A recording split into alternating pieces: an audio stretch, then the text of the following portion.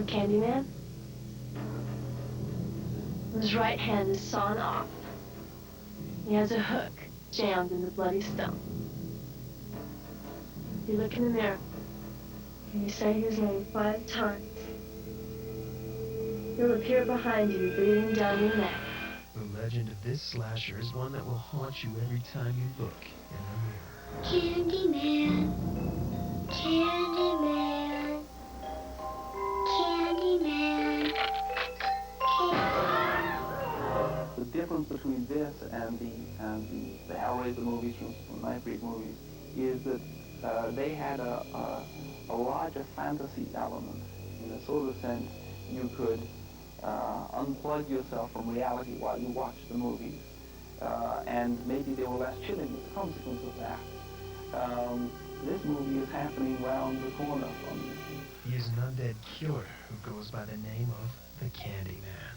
You cannot change who you are.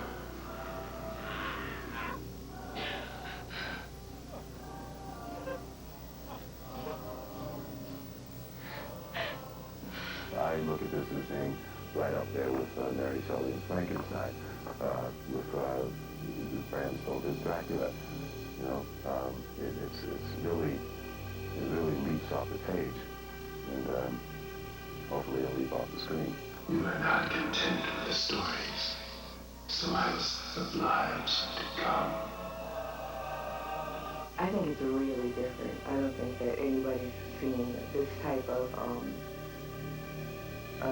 villain, monster, bad guy taking this seriously to give this kind of power to this character. The legend began in 1890 when a young man was attacked, mutilated, and burned to death. You do know the story, don't you? No.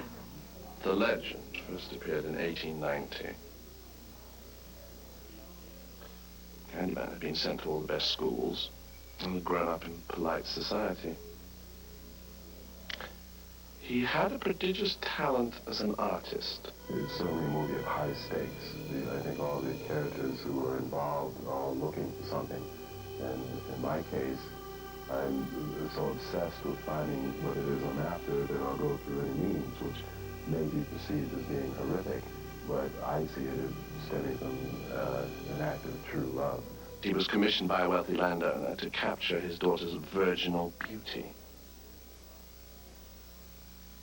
Well, of course, they fell deeply in love, and she became pregnant. Poor Candyman.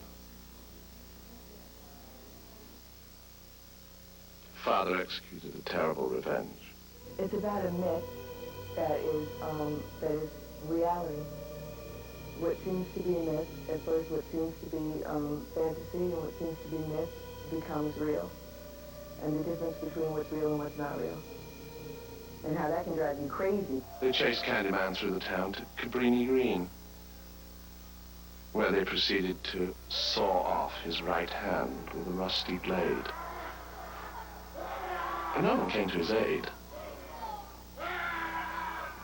But this was just the beginning of his ordeal. Nearby there was an apiary, dozens of hives filled with hungry bees. They smashed the hives and stole the honeycomb and smeared it over his prone, naked body.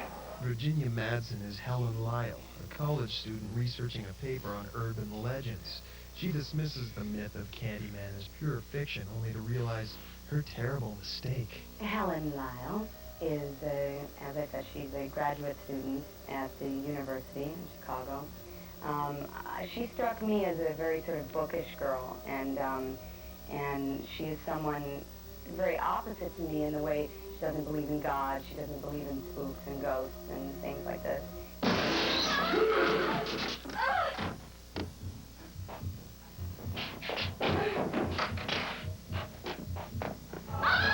Believe in me. Be my victim. The Candyman raged on through 2 sequels after his 1992 debut, including Candyman 2, Farewell to the Flesh, in which he travels to New Orleans to avenge the death of his father.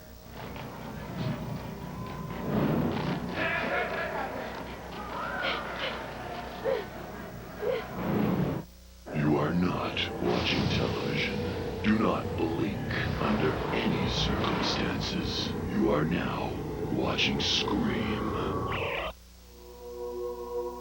The following program contains mature subject matter. Viewer discretion is advised.